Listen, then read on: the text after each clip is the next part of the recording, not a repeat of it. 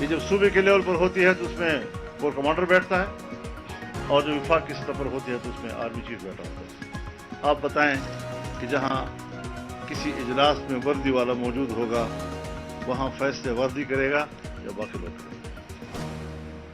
ذمہ داری ہمارے اوپر ہے۔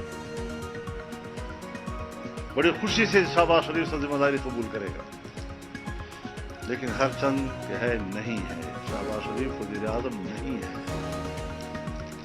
بس کرسی پہ بیٹھا ہوا ہے، ایک آئینی کرسی سنبھالی ہوئی ہے، تو اسی پہ خوش رہے۔ ان حالات سے ہم گزر رہے ہیں، اور اسی حوالے سے مشاورت کا ایک عمل میں اسلام آباد میں ہوتا ہوں، کبھی دوستوں کے ساتھ، سیاسی جماعتوں کے ساتھ رابطے میں رہتا ہوں، ملاقاتیں رہتی ہیں، حالات پر ہم تبصرہ کرتے ہیں، اور یقیناً ہمیں قومی جذبے کے ساتھ، ایک نئی سوچ کے ساتھ ہمیں ایک نئی منزل متعین کرنی ہوگی جو اس ملک کی بقا اور اس ملک کے استحکام کی ضامن ہو، اور آئین پر عمل ہو، جمہوری نظام مستحکم ہو۔ جمہوریت اپنا مقدمہ ہار چکا ہے، پارلیمنٹ اپنا مقدمہ ہار چکا ہے، اور ان کے خلاف بغاوتیں، ان کے خلاف مسلح تنظیمیں وہ اپنا موقف تسلیم کرا رہی ہیں۔ یہاں تک ہمیں کس نے پہنچایا، اس کا کون ذمہ دار ہے؟ انہی بے اعتداریوں پوری قوم کے سامنے ہے، پوری دنیا کے سامنے ہے۔ پہلے کیا حالات تھے، پھر بھی ہم نے اتنا کنٹرول کیا ہوا تھا کہ 8-9 مہینے تک دہشت گردی کنٹرول رہی اس ملک کے اندر، لیکن چونکہ سارا ہی فوکس، سارا ہی کام وہ تحریک انصاف کے خلاف ہی شروع ہو گیا، تو اس پہ یہ رزلٹ نکلا کہ دہشت گردی دوبارہ پھیلنا شروع ہو گئی، ان کے ٹائم میں پھیلنا شروع ہوئی، اور بڑھتے بڑھتے یہاں تک پہنچ گئی ہے۔ ہماری پالیسی کلیئر ہے، ہماری پالیسی یہ ہے کہ اعتماد میں پہلے تو اس عوام کو لیا جائے، کیونکہ اس سے پہلے جو آپریشن ہوا، ابھی آپریشن کی بات نہیں آئی، جب تک ISPR کی پراپر اسٹیٹمنٹ اس پہ نہیں آتی تو اس وقت تو میں یہ بات کرتا ہی نہیں ہوں یہاں پر کہ کوئی آپریشن ہے۔ جب ان کی پالیسی آ جائے گی، ایریا آ جائے گا، طریقہ کار آ جائے گا، کس طرح کوئی کرنا ہے، اگر کرنا ہے تو اس کے بعد اس پہ کوئی بات ہو سکتی ہے، لیکن آن بورڈ کرنا وہاں کی عوام کو ضروری ہے۔ دہشت گردی کا مقابلہ آپ عوام کے بغیر نہیں کر سکتے۔ دوسری بات، صوبوں کو اعتماد لینا وہاں پہ ضروری ہے، اس کے بعد پارلیمنٹ کو وہاں پہ اعتماد ملنا ضروری ہے، اسٹیک ہولڈر کو اعتماد ملنا ضروری ہے۔ ہم لوگوں نے معاشی طور پر، جانی و مالی طور پر بہت بڑا نقصان اٹھایا ہے۔ آج تک ہمارے لوگوں کو وہ پیسہ نہیں ملا جو ان کو دینا چاہیے تھا، کوئی پتہ نہیں جو امریکہ سے پیسہ ملا وہ کہاں گیا، آج تک وہ لوگ دوبارہ وہاں پہ آباد نہیں ہو سکے۔ تو اس طرح کی کوئی بھی چیز اس طرح کے لیے الاؤ نہیں ہو سکتی۔ اگر کوئی ایسی چیز انہیں کرنی ہوگی جب پلان سامنے آئے گا۔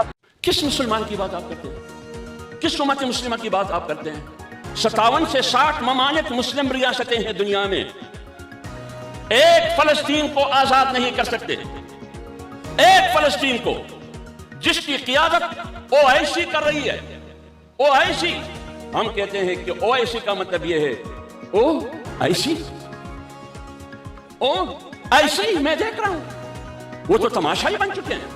70 سال سے تماشا کر رہے ہیں فلسطینیوں کی، اور پاکستان 70 سال سے تماشا کر رہا ہے، 80-90 سال سے مقبوضہ جموں کشمیر کی۔ کیوں؟ آپ پڑھیے، ریسرچ کریں، تحقیق کریں۔ اسرائیل کی آبادی ابتدا میں 6 لاکھ آبادی ہے یا 2 لاکھ آبادی ہے، آج اسرائیل کی آبادی 60 سے 80 لاکھ آبادی ہے۔ یہ کہاں سے آ گئے؟ کیسے آ گئے؟ اس کو کس کی پشپناہی حاصل تھی؟ آپ بتائیے۔ اس آبادی کی اضافے میں، اس قبضے میں، اس بربریت اور جبر میں صرف برلن، لندن اور واشنگٹن شامل ہے، تل ابیب، یا اس میں مسلم ممالک حکمران بھی شامل ہے؟ وہ بھی شامل ہے۔ تو لہٰذا ہم تو امریکہ مرد آباد کے نعرے تو لگاتے ہیں، یورپ مرد آباد کے نعرے تو لگاتے ہیں، اسرائیل مرد آباد کے نعرے تو لگاتے ہیں۔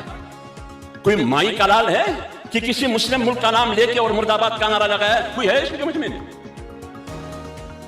کوئی مجاہد ہے کہ وہ مرد آباد کا نعرہ لگا؟ میں کسی ملک کا نام نہیں لیتا۔ کون سے ممالک ہے جو کفر اور غیر مسلم قوتوں سے امریکہ اور یورپ سے زیادہ وہ مسلم ممالک فلسطین کی آزادی میں رکاوٹ ہے؟ وہ کون سے ممالک ہیں؟ سب کو پتہ ہے۔ وہ کس کے ساتھ کھڑے؟ اسرائیل کے ارد گرد جتنے بھی مسلم ممالک ہے اس کی آبادی 11 سے 12 کروڑ تک آبادی ہے، 11 سے 12 کروڑ، اور اسرائیل کی آبادی 70 سے 80 لاکھ ہے۔ یہ 11 کروڑ آبادی کیا کر رہا ہے؟ بے ادبی ماں ادب کے ساتھ اگر یہ سب رخ کرے چاروں طرف سے، تل ابیب کی طرف پیشاب کرے تو پیشاب میں اسرائیل ڈوب جائے گا، لیکن پیشاب تو کیا، وہ تو آہ بھی نہیں کر سکتے۔ وہ آئی سی یو میں پڑا ہے، بین الاقوامی جنرل اسمبلی اور اقوام متحدہ اور امریکہ کی چتری میں آئی سی یو میں پڑا ہے۔ جیسے ننگی قوم، ننگی ملت، اللہ نہ کرے کہ پاکستان کی دھرتی پہ ایسا کوئی جرنیل پیدا ہو۔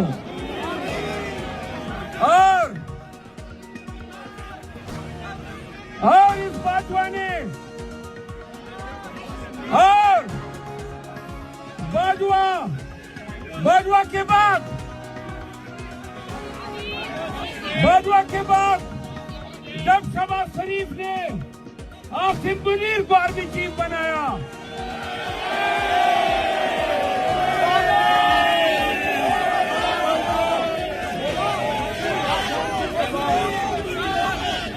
تو سنو، باجوہ کی پالیسیوں کا، باجوہ کے ظلم کا تسلسل جو ہے وہ آصف منیر نے جاری رکھا ہوا ہے۔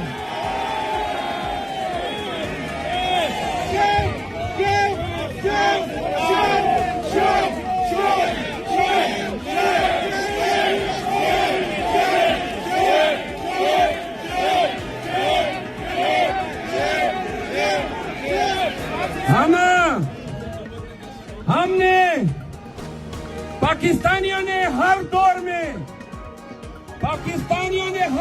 میں پاک فوج کے ساتھ کھڑے ہو کے شانہ بشانہ اپنی محبت کا اظہار کیا۔ پاکستانیوں نے توقع رکھی کہ فوج بھی پاکستانیوں کو ایسا سمجھے گی جیسے ماں اپنے بچوں کے ساتھ پیار کرتی ہے۔ ہم نے پی ٹی آئی کے جلسے میں پاک فوج زندہ باد کے نعرے اس لیے لگائے تھے کہ نفرت کی آگ جو ہے عوام کی وہ فوج کی طرف رخ نہ کرے۔ پاکستانیوں نے اپنی عدلیہ کی توقیر بھی جاری رکھی، لیکن کیا پتا تھا کہ کبھی منصف کے لبادے میں قاضی فائزی صاحب بھی آئے گا۔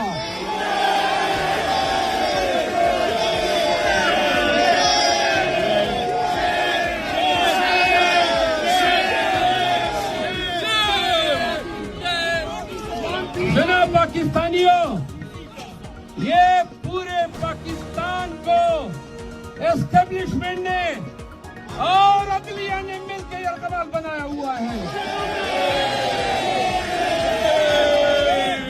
اور صرف ایک بات میں آخر میں کہنا چاہتا ہوں، 25 کروڑ عوام ایک دفعہ، صرف ایک دفعہ یہ فیصلہ کرو کہ یہ جو وردی پوش ہمارے خود ساختہ حکمران بنے ہوئے ہیں، جو پاکستان کو 76 سال سے کنٹرول کرتے آ رہے ہیں، آپ کے ہمارے لیڈر کو